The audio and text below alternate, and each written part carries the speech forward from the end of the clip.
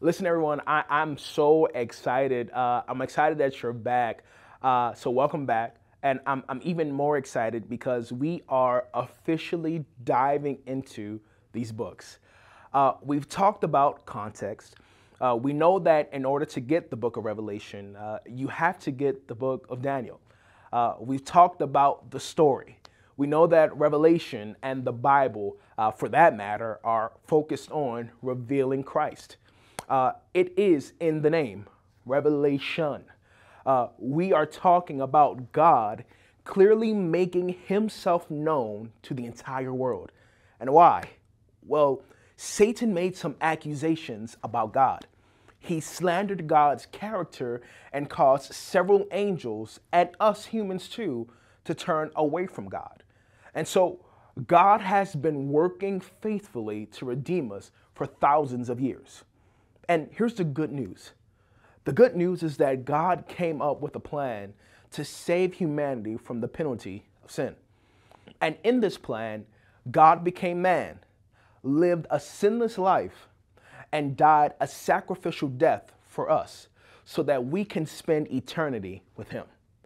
Meaning that he died the death that we deserved so that we could be won back to Christ. So now we just need to make sure that we stay on the right course until God comes back to save us believers who follow him. And part of what helps us stay on course is understanding the events that have already happened and will soon happen before the second coming of Christ. And so we turn to Daniel the prophet because God uses Daniel to communicate some of the most meaningful events concerning Earth's history. In Daniel chapter 2, we are confronted with another issue for Daniel and his fellow Israelites. And I say another because chapter 1 told the story of their initial orientation into Babylonian court after being captured. In this story, we see that the Babylonians were attempting to assimilate the Israelite captives into Babylonian culture to the extent that they were even trying to force them to eat a specific diet. And see, this was problematic for the Israelites because this diet contradicted God's dietary laws for them. But rather than submitting to the orders of their overseers, Daniel and 3 other Israelites rebelled against the order and challenged the Babylonian diet with the diet that God permitted. And because God's diet was indeed better for them, they proved God's diet to be superior to Nebuchadnezzar's diet. And God's diet benefited them so much that they had wisdom that was 10 times greater than the magicians and enchanters of Babylon. So chapter 2 follows up with another conflict. We are now in the second year of Nebuchadnezzar, the second's reign, and we witness a crisis in the middle of the night. See, King Nebuchadnezzar II had a weird dream, and I mean weird. Like, have you ever had a dream that hit you so hard that it affected how you felt when you woke up? Like you had a dream that made you so angry that when you woke up, you still felt angry about whatever was in the dream? Well, this is how Nebuchadnezzar felt. Like he knew something was off when he woke up. But see, his problems didn't stop there. What made his dream even more odd is that he couldn't remember a single part of it. So not only was Nebuchadnezzar disturbed so much by the dream that he woke up in the middle of the night, but he then couldn't even remember what about the dream bothered him so much. Now, what Nebuchadnezzar didn't know at the time was that God gave him the dream. So for Nebuchadnezzar, the dream was just shocking and concerning, which is why he gathered all of his magicians, enchanters, sorcerers, and astrologers to him to understand the dream. But none of these individuals could be of use because the extent of their abilities was limited to being aware of what actually took place in the dream. No, what Nebuchadnezzar needed was someone whose abilities aligned with the God that gave him the dream. So what ends up happening is that Daniel and his fellow Jews come together. They pray on the matter, and God reveals the content of the dream to Daniel in a vision. And Daniel goes on to share one of the most important dreams with Nebuchadnezzar. He starts by sharing that none of Nebuchadnezzar's servants could do what he requested, and that it's only by God's intervention that even he was able to learn of Nebuchadnezzar's dream. And so the very first thing that Daniel does is draw this line in the sand where he is essentially saying that Nebuchadnezzar has authority and sovereignty over these things, but God has authority and sovereignty over all of these things. And so Daniel dives into the details of Nebuchadnezzar's dream by identifying that what he saw was an illustration of future events that are to come. This illustration was in the form of a statue of a man. And what made this statue unique is that the different parts of the statue's body, i.e. the head, chest, arms, belly, etc., were composed of different materials. The head was made of gold. The chest and arms were made of silver. The belly and thighs were made of bronze. The calves were made of iron. And the feet were made of a mixture of iron and baked clay.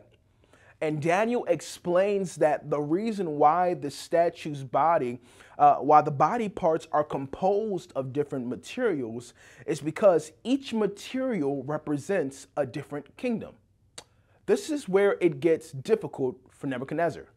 See, Daniel identifies that each kingdom is represented by the different materials. And he identifies that Nebuchadnezzar, and thus Babylon, is represented by the golden head. But this news presents some issues for Nebuchadnezzar. The first issue is that Babylon's reign would come to an end. And this is such a major problem for Nebuchadnezzar. Issue number two, Nebuchadnezzar had a God complex. See, like most emperors and kings of this time, Nebuchadnezzar believed that he was close to the divine, if not fully divine himself. He thought he was a god. He thought that he could be immortalized in history forever and never could succumb to another power. But this news humbles him and, more importantly, challenges his beliefs on spirituality. So God humbles Nebuchadnezzar, but God also humorously gives him some recognition. He let him know that he and his kingdom wouldn't last forever, but at least he'd have the best kingdom, because the material that is used for each body part represents the quality of the kingdom. And so while his kingdom would ultimately end, at least he'd be known forever as being the most powerful ruler of the most powerful kingdom, right? But seriously, Nebuchadnezzar receives a strong wake-up call that not only will his kingdom crumble, but all the kingdoms preceding after his would crumble. And they will crumble because in his dream, a stone cut from a mountain by the divine hands strikes the feet of the statue, causing the entire statue to fall apart into many pieces. And the stone that destroyed the statue becomes a great mountain that covers the entire earth. And here's where everything comes together. Daniel reveals that each of these earthly kingdoms will proceed one after the other, and one after the other, each kingdom will fall. And Daniel juxtaposes these earthly kingdoms against the mountain, which represents the kingdom of God. And what God is trying to convey to Nebuchadnezzar is that no earthly kingdom will last forever. Even though each kingdom and power rises at a certain point, they all end at some point. And each of them come to an end because they were all birthed out of sin. Yet, it is the kingdom of heaven that will never crumble. it will never fall. And it is because the king of this kingdom is the creator of all things. The king of this kingdom has all power in his hands. And the king of this kingdom will bring an end to the issue of sin. But let's not get ahead of ourselves. There's still much to cover between this dream and the coming of the kingdom of heaven. So we still have work to do. As you can see, we set the table and our time together today. But stick around, because next time we're going to take things a step further and see if we can uncover the identity behind the other kingdoms that would come after the kingdom of Babylon. See you next time.